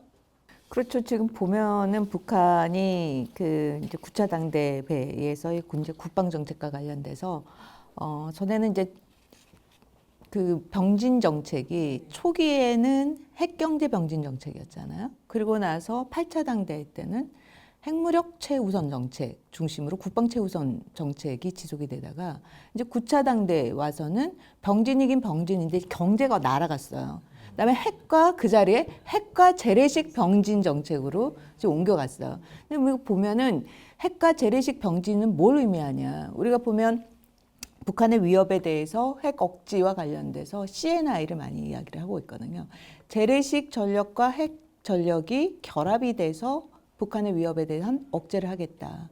지금 그거를 지금 북한 또 그대로 어떻게 보면은 대응적 차원에서 우리가 핵만 능력이 있는 줄 아냐? 우리 재래식도 능력이 있어. 그래서 북한식 CNI를 하겠다라는 거죠. 그래서 보면 핵과 재래식 전력의 병진 정책이라 함은 결국에는 북한이 갖고 있는 핵과 관련돼서 재래식 전력과 결합을 하고 그것도 이전의 그러한 구식의 재래식 전력이 아니라 재래식 전력이 현대화된 그런 역량의 핵 위협을 결합을 해서 위협에 한국과 미국에 대한 위협에 대해서 대응을 하겠다라는 정책을 취하는 거죠. 문제는 뭐냐면 결국에는 핵도 이게 중단되지 않고 계속해서 핵 능력 고도화 막 계속해서 많이 만들어내라라는 쪽에 한 트랙에서 돈이 또 엄청나게 들어가고 있고 그거와 결합된 재래식 전력 부분도 육해공 모든 영역에서의 핵 능력과 결합될 수 있는 부분을 전부 다 또 현대화시켜라 하니까 결국에는 북한 스스로가 자충수를 두고 있는 거죠. 그럼 만약 거꾸로 이제 김정은 위원장이 한국의 무기고를 구경한다라고 하면은 이거 하나 가져가고 싶다. 뭐 역시 구축함이 될까요? 어떻게 보세요? 저는 확실하게 하나를 알고 네. 있어요. 그게 왜 그러냐면 작년 10월 1일에 한국이 국군의 날 행사로 현무 5라는 우리 초대형 미사일의 이 발사를 할 수 있는 탄도 미사일 그 운반 발사 차량을 보여줬는데 혹시 기억하시는 분들 계실 거예요. 이게 개걸음처럼 45도로 바퀴가 하면서 옆으로 이렇게 갔거든요. 근데 북한도 그런 미사일의 발사 차량들 테리라고 불리는 것들이 되게 많은데 걔네들은 그냥 앞으로만 가고 뒤로밖에 못 가요.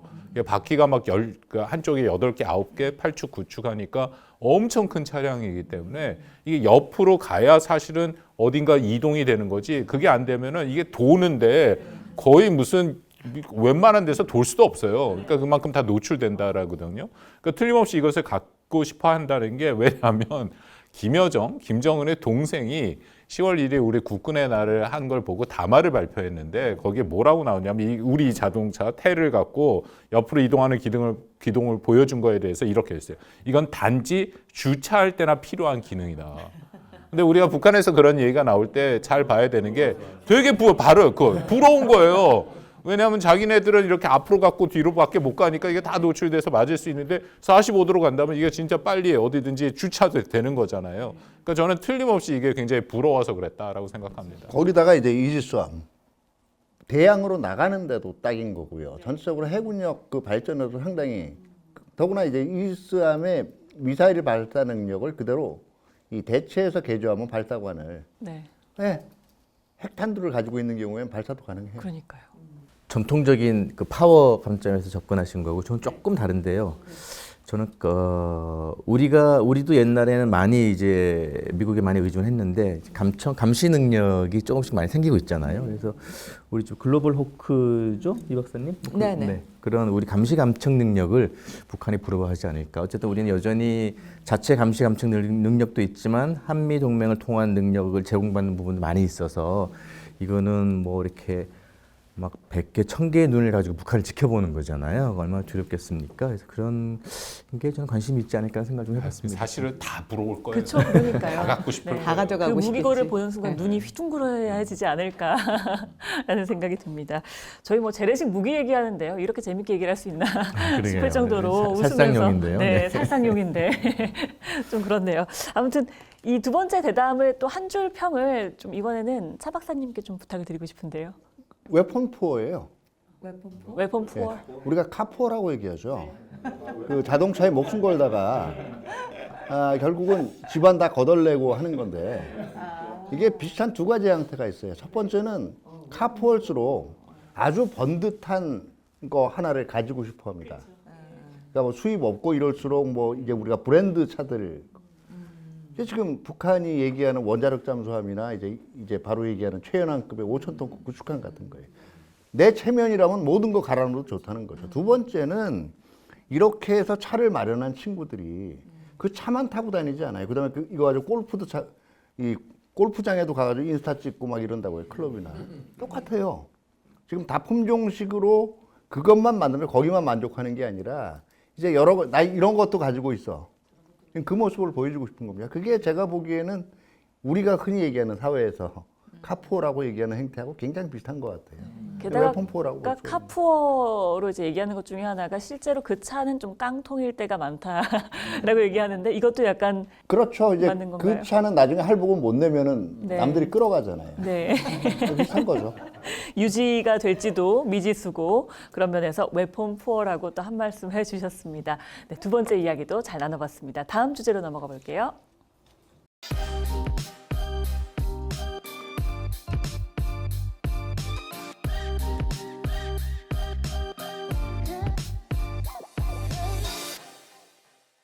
네, 이번에는 좀 분위기를 바꿔서요. 이제 북한의 세대 변화, 가치관 변화에 대해서 북한의 이제 사회 내부에서 일어나고 있는 변화에 대해서도 이야기를 좀 해보려고 합니다. 결혼, 연애, 뭐 이런 거에 대해서도 좀 얘기를 해보려고 하는데요. 뭐 제가 먼저 이호령 박사님께 한번 좀 여쭤보고 싶어요. 결혼 전에 어떤 연애관, 결혼관 어떠셨는지. 뭐 일단 뭐 연애를 한다, 결혼을 한다라고 했을 때 자신이 하는 일에 대해서 상대방이 거기에 대해서 방해는 하지 말아야 된다. 그래서 저의 하는 일에 대해서 존중해줘야 된다. 그거는 기본 원칙이 아닐까라는 생각이 들어요. 네, 맞습니다. 그게 뭐 지금 우리나라에서는 어떻게 보면 당연한 일로 생각이 되는데 북한에서 또 그렇지가 않잖아요. 근데 북한도 조금씩 변화를 하고 있다라고 합니다. 최근에 드라마 백학벌의 새봄이 방영이 됐는데요. 2년 만에 이제 새 드라마가 나왔다고 합니다. 그런데 북한 드라마에서 보기 힘든 장면들이 굉장히 많이 들어있다고 해요. 뭐 예를 들면 남자가 이제 앞치마를 두르고 꽃무늬 앞치마를 하고 이제 음식을 나르고 요리를 하고 이런 모습도 나오고요. 또 자신에게 호감을 보이는 남성을 단칼에 거절하는 20대 여성이 나오기도 하고요. 또 한국 드라마 아닌가 싶을 정도로 굉장히 로맨틱한 대사들도 오가더라고요. 그런 상황 설정이나 이런 게 약간 우리나라 드라마 같은데 라는 생각이 좀 들었거든요. 혹시 드라마 보신 분들께서 어떻게 보셨는지. 북한의 입장에서는 상당하게 새롭게 나오는 드라마인 것은 확실하죠. 그러니까 많은 분들이 아마 아실 것 같은데 북한이 정말 남성 중심 사회거든요. 제가 바로 전해 들은 그러니까 고위 탈북을 한 부부가 이제 북한에서 오신 부분이 있는데 같이 그 집에 갔더니 그 남성분은 딱 소파에 앉아 있고 여성분 보고 재떨이 좀 갖고 오라고 그런 것들이 그 여성분이 갖다는 주면서 뭐 쭝얼쭝얼 했대요. 그랬더니 저 에미나이가 그 표현이 거침단 북한식 표현이니까 이해해 주세요. 네, 저 에미나이가 뭐 북조선에 있을 때는 안 그러더니만 남조선에 오더니만 변했다고 뭐 그런 식으로 얘기를 했다. 그 정도로 이게 가부장적 남성 중심 사회인데 방금 말씀하신 그런 것들은 굉장히 큰 의미가 있죠. 가장 큰 거는 역시 북한에도 한류, 우리 문화가 계속 가니까 얘네들이 이것을 막느니 비슷하게 그냥 만들어서 한번 통제를 해보자. 이제 저는 그런 목적이 굉장히 강하다라고 생각을 하거든요. 왜냐하면 거기서 정말로 그렇다고 여성의 권위가 높아졌거나 그런 것은 또 아니에요. 우리가 우리 드라마를 뭐 보셔서 잘 알지만 우리 드라마는 그렇게 되면 결국 막 개인적인 욕망, 출생의 비밀, 막 사회 규범에 대한 도전 막 그런 것들이 막 나오잖아요. 여기서는 여성의 모습이 그렇게 비춰지지만 결국은 이 조직화된 사회 안의 틀에서 결정이 납니다. 그 이상을 바깥으로 나가는 어떤 개인의 욕망 그런 것들은 전혀 표출되지 않게 돼요. 그리고 결론을 보면 거기에 결국 조직과 공동체를 위해서 더 단단하게 그렇게 가야 되는 방향으로 결론이 납니다. 그러니까 그게 약간 흉내는 냈지만 결론은 다른 모습이 보인다. 저는 그 드라마를 보지 않아서 잘은 모르겠지만은 그래도 굉장히 그 내용만 지금 말씀하신 것만 봐도 좀 충격적이에요. 왜냐하면 박원공 교수님 말씀하신 것처럼 이게 북한은 굉장히 가부장적인 사회니까 아마 거기서 지금 제가 예상하는 드라마의 내용이라면은 아마 이거를 보시는 분들은 잘 모르실 텐데 80년대 때 우리나라를 휩쓸었던 드라마 사랑이 뭐길래 여기 이제 대바리 아빠 아세요? 들어는 봤습니다. 예, 자, 부모님께 여쭤보세요. 그런 드라마가 있었어요. 마치 거기서 얼마 전에 돌아가신 그 이순재 선생님의 그 연기 그런 분위기를 생각을 하는데 오히려 그럼 그거를 건너뛰고 지금 우리나라 90년대 때부터 좀 나왔던 좀 달달하고 그런 드라마 내용처럼 간 것 같아서 아니 그 구성 자체가 세팅이 그렇게 된 것 같아서 굉장히 좀 놀랍다는 생각이 듭니다. 근데 또 하나는 좀 궁금한 거는 이제 그 북한 같은 이제 사회주의 국가에서는 또 아까 말씀하셨던 어떤 사회 구조 규범 이런 것들 중요하지만 또 무엇보다도 이제 혁명 이런 것이 또 중요한 자기 국가 체제의 그 어떤 프로파간다 이런 것들이 중요한데 과연 그 드라마들이 여기서 어떻게 녹여서 들어가는지 아니면 그거는 좀 약하게 나와 있는지 한번 저도 기회가 되면은 보고 싶다는 생각이 좀 드네요. 그 미디어 문법은 한국이랑 너무 비슷해요. 예, 그러니까 어쩔 수 없이 계속해서 자신들의 말씀하신 뭐 혁명이다 그런 걸 주장해봤자 이제 더 이상 젊은 세대, 북한에도 MZ 세대, 장마당 세대라는 게 있잖아요. 더 이상 먹히지 않는다고 하니까 이제 그런 식의 문법을 따르긴 하되 최종적인 전달 메시지를 바꾸는 형태로 가는 거죠. 북한의 드라마 같은 것도 워낙 이제 뭐 사상성이나 규율을 중요하다 보니까 대사 하나도 쉽게 바꿀 수는 없다라고 하더라고요. 그럼 실제로 이 장면들이 대중 드라마로 만들어졌다는 거는 실제 이 젊은 세대들의 가치관이나 이런 생활에 좀 변화가 실제 있었다라고 받아들여도 되는 걸까요, 유승철 교수님? 저는 좀 변화가 있는 것 같다는 생각이 들어요. 제가 며칠 전에 뉴스를 봤는데 북한에도 그 겨울철엔 나를 위한 선물들이 생겼다네요. 우리 보면은 이제 나를 위해 선물을 사주는 경우가 있잖아요. 그 연말에. 그래서 북한 사람들이 어떤 걸 사는지 아십니까? 여성들이 주로 목도리와 스웨터 이런 것들을 구매해서 뭐 남자친구가 있건 없건 간에 올해 수고했으니까 나를 위한 선물을 사주겠다. 그래서 올해의 선물이 그거라네요. 그 MZ 세대들이 변화하고 있고요. 변화를 북한의 프로파간다를 만드는 미디어 전문가도 분명히 인식하고 있는 것 같아요. 그래서 이거를 이제 이 드라마 안의 요소로 녹여 넣었다고 볼 수가 있는데요. 저도 이게 전체 드라마는 못 봤는데 그 뉴스 클립을 통해서 좀 봤었어요. 사실 저는 이게 새롭지 않다고 생각하는 게 뭐 1930년대 소련에서 사회주의 리얼리즘이라는 소설 그 장르물이 있었거든요.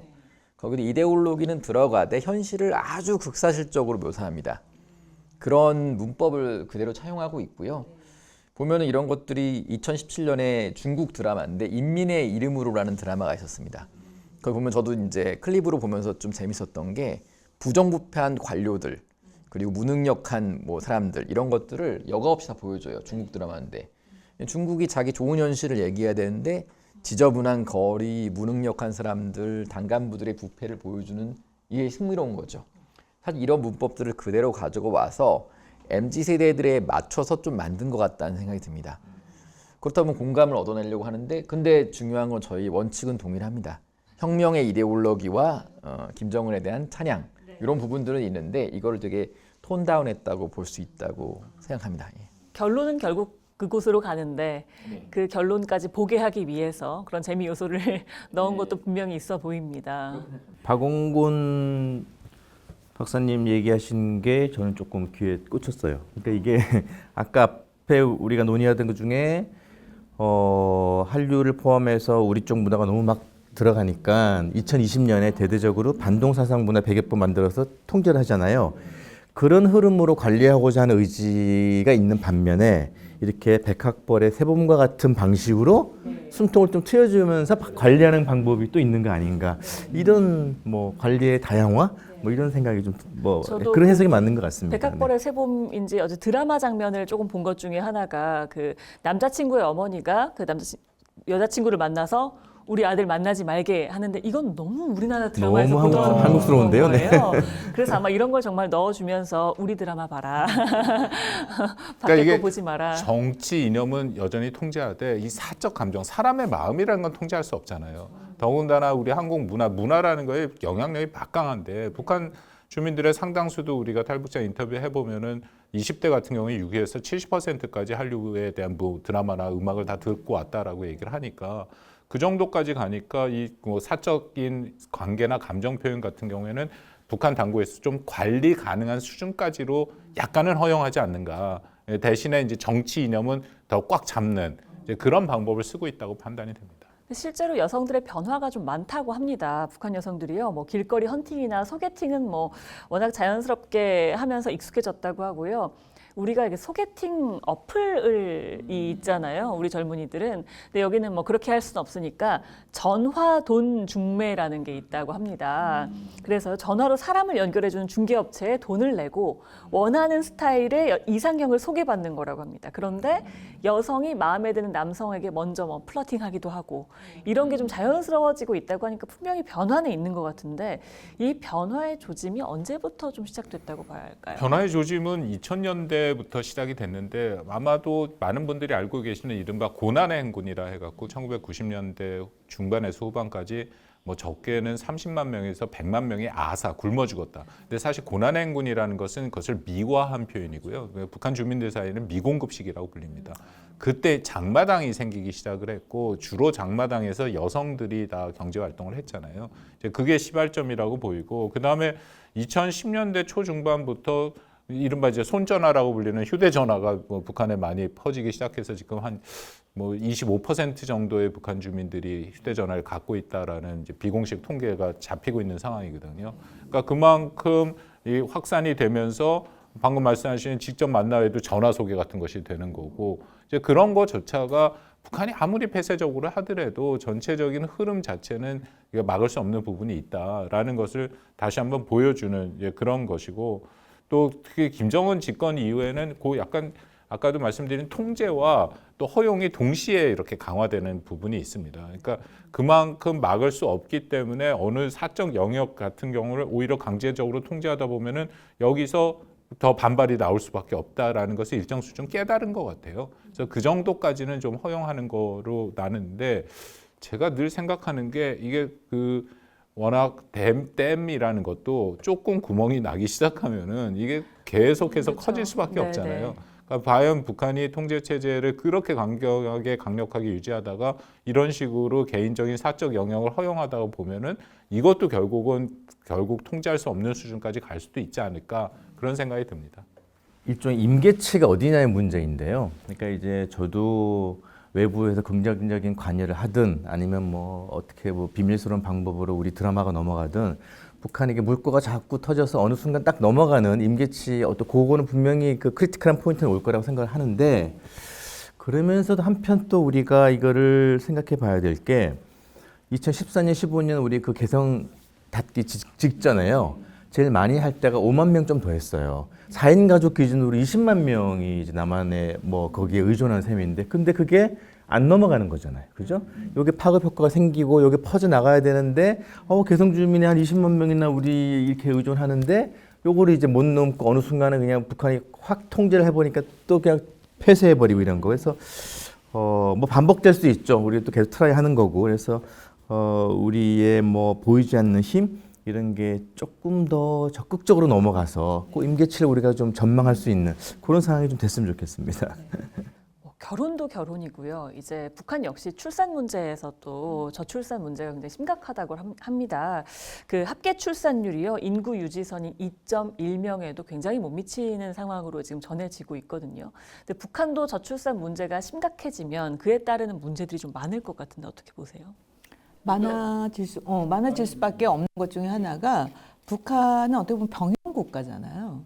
그러면 일단 많이 낳아야지 그거를 100만 대군을 유지하는데 가장 첫 번째가 북한이 지금 계속해서 그동안 3대 세습 체제를 유지해 왔던 것이 군에 대한 의존이고 군에 대한 정책 강화였는데 이 부분이 어떻게 보면은 흔들릴 수가 있다라는 점에서 저는 이 출산의 문제가 우리도 지금 보면은 병력 문제에서 가장 큰 문제 중에 하나가 출산율 저하로 인해서 국방력에 지금 뭐 이제 20만 유지하기도 힘든 수준이다라고 할 만큼의 굉장히 큰 도전 과제거든요. 그런 측면에서 북한도 김정은 머릿속에서는 이 아이를 낳지 않는 것이 그 머릿속에는 바로 병력 부분과 연결이 되지 않을까라는 생각이 체제가 듭니다. 흔들릴 수 그렇죠. 있는. 체제가 네. 흔들릴 수 있는 불안정 요소로 바라볼 거라는 생각이 듭니다. 근데 저는 약간 또 걱정이 되는 게 북한의 여성의 인권을 생각하면 북한은 우리가 흔히 동원 국가라고 얘기를 하잖아요. 그러니까 거의 노력 동원 그런 또 노동에 대한 동원을 통해서 가는 국가이기 때문에 만약에 여성의 저출산이 계속 문제가 되면 압박이 들어갈 거라는 거죠. 반드시 낳아야 된다.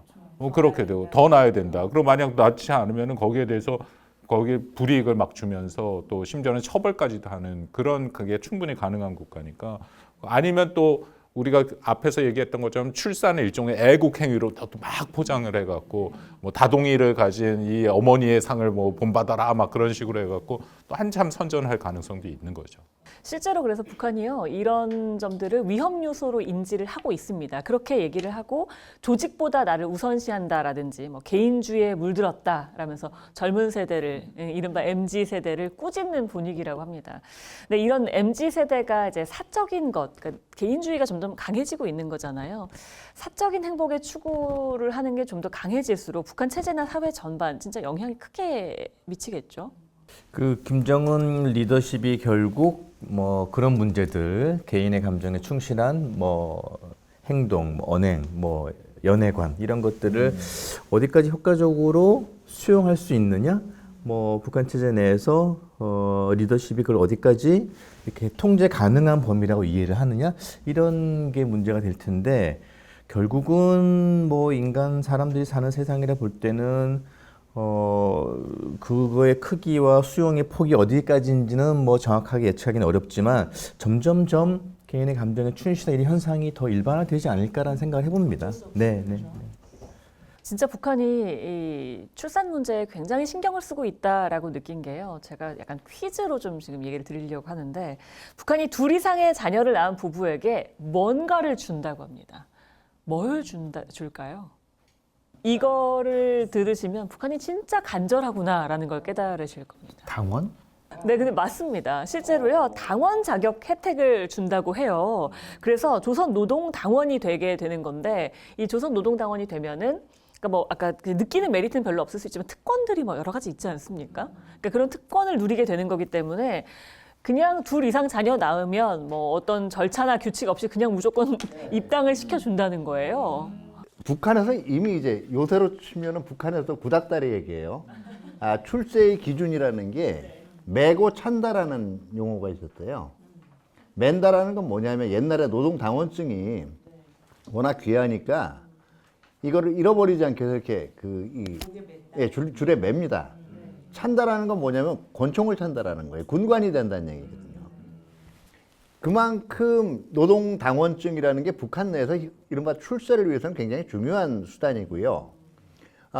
과거에는 이게 노동당 가입 신청을 한다고, 그리고 또 자격이 돼서 가입 신청을 한다고 해서 곧바로 당원이 되는 게 아니에요. 일정 시간을 기다려야 되는데 이게 당겨질 수 있는 유일한 게 화선 입당이라 그래서 말 그대로 불화자에다가 선선자입니다. 이게 전쟁 시나 이런 때 굉장히 그다음에 노력동원에서 중요한 공을 세웠거나 그러면 그런 절차 없이 곧바로 입당이 돼요. 그러니까 지금 이 자식 둘 이상 낳은 세대들한테는 화선 입당 시켜주겠다는 얘기예요. 근데 이게 둘 이상 실제로 북한의 계급 정책상 이게 주택을 배정받는데도 그렇고요. 거주지를 배정받는데도 그렇고 노동당원이냐 아니냐가 굉장히 중요한 기준이 돼요. 그러니까 이거는 그냥 돈으로 따질 수 없는 굉장히 큰 혜택이라고 봐야 됩니다. 대학 가는데도 그것도 이제 당연히 영향을 주죠. 그러면 이제 북한 주민들이 느끼기에는 별 메리트가 없다라고 할 수 있지만 실제로 혜택은 좀 있기 때문에 어쨌든 굉장히 큰 조치긴 하네요. 근데 여자 입장에서는 네. 당원증 가질래? 애 그냥 하나만 날래? 하고 물으면 나 애 하나만 낳는다 그럴 것 같은데. MZ 세대를 생각했을 때는 말씀하신 것처럼 진짜 MZ 세대 생각했을 때는 실효성이 있는 뭐 느낌은 좀 안 든다라는 생각도 들기는 하네요.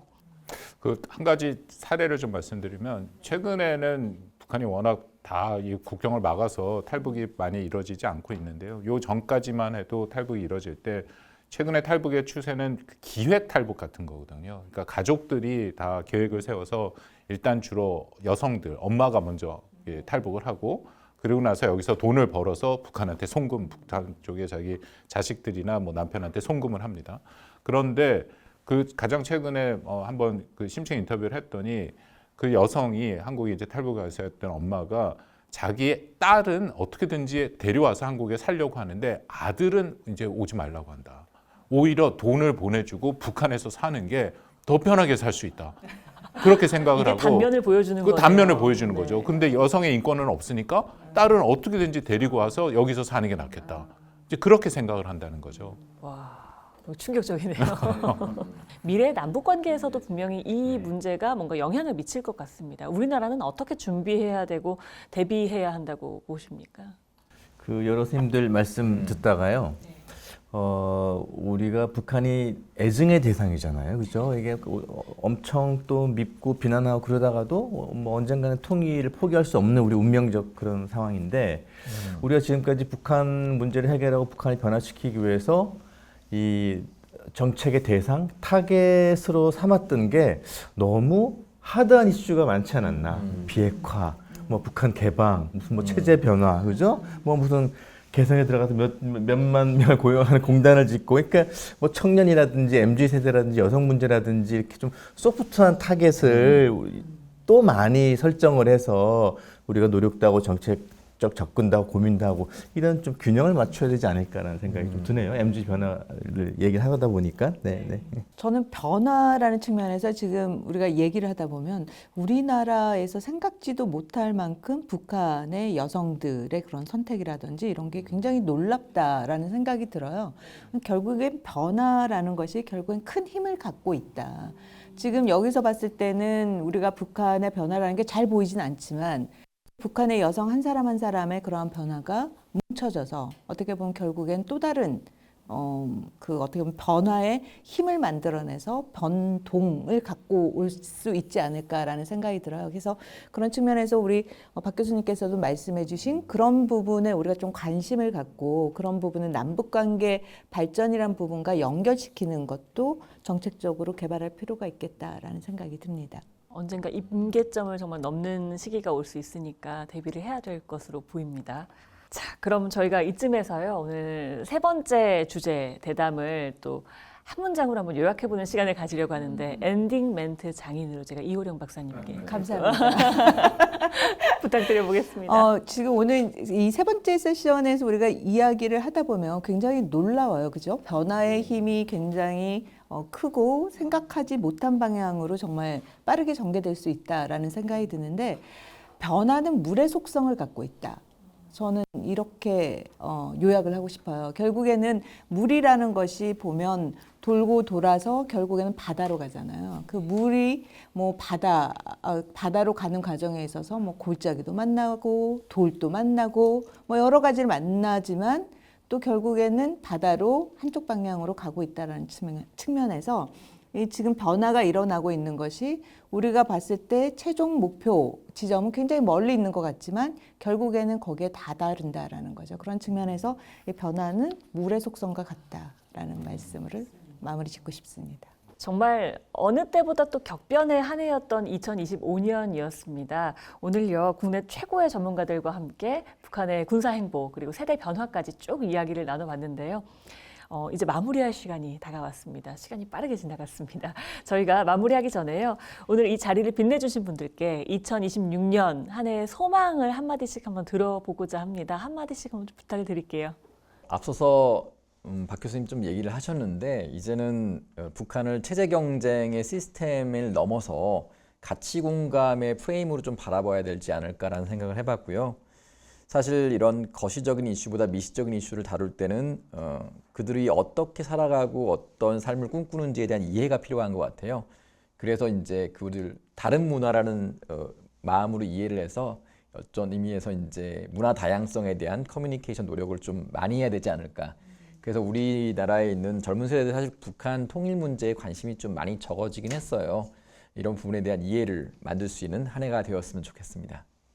작은 물방울이 큰 바위를 깎고 쪼개기도 하듯이 25년도를 되돌아보면은 어쨌든 북한이 외부와의 이렇게 그 접촉이 좀 있었던 건 사실입니다. 그러니까 중국 전승절에 올라가서 그 세 명의 권위주의 지도자가 선 게 그렇게 좋아 보이진 않지만 어쨌든 그런 방식이라든지 또 북한군이 러시아에 파병이 되어서 어쨌든 또 다른 형태의 접촉이 생긴다든지 북한이 갈마지구 관광단지를 개발을 해서 외국인을 불러들인다든지 이렇게 접촉의 면이 점점점 이렇게 넓어지는 그런 계기가 2026년에 더 많이 생겨나기를 바라고요. 우리가 뭐 북한이랑 전쟁을 할 수도 없는 거 노릇이고 해서 그런 수많은 그런 접촉의 면들이 북한 사회의 변화의 물꼬를 트는 그런 역할을 하기를 한번 기대해 보겠습니다. 네, 보면 우리가 북한 문제를 이야기하면 항상 뉴스의 헤드라인을 차지하는 것이 바로 김정은이 뭐 했다. 북한의 무기 전시회에 뭐가 나왔다라는 중심으로 굉장히 하드한 이슈들 중심으로 이렇게 나왔는데 실질적으로 앞서 우리가 논의한 것들 보면 많은 변화는 북한 주민들 한 사람 한 사람에게서 나타나고 있다는 거죠. 그래서 우리가 북한 문제를 다룰 때 그 무대의 주인공은 김정은이나 북한의 무기가 아니라 바로 북한 주민들이다라는 쪽에 우리가 좀 초점을 맞출 필요가 있지 않을까라는 생각이 듭니다. 네, 2025년을 되돌아보면은 뭐 우리나라를 비롯해서 우리나라 여러 대외적 환경들이 참 힘들었던 그런 시간이었던 것 같습니다. 하지만 이제 해가 뜨기 전이 가장 어둡다라는 그런 말을 기억하면서 2026년에는 새로운 밝은 빛이 우리나라 위에 왔으면 좋겠습니다. 매년 똑같은 소망을 하는데 이루어지지 않지만 결코 포기할 수 없는 소망이라고 생각합니다. 저는 정말 한반도의 안정과 평화, 통일의 디딤돌이 생기기를 원하고요. 그것을 위해서는 북한이 핵을 포기하고 또 남북관계가 개선되기를 여전히 좀 요원해 보일지 모르지만 새해의 소망으로 다시 한번 생각해 봅니다.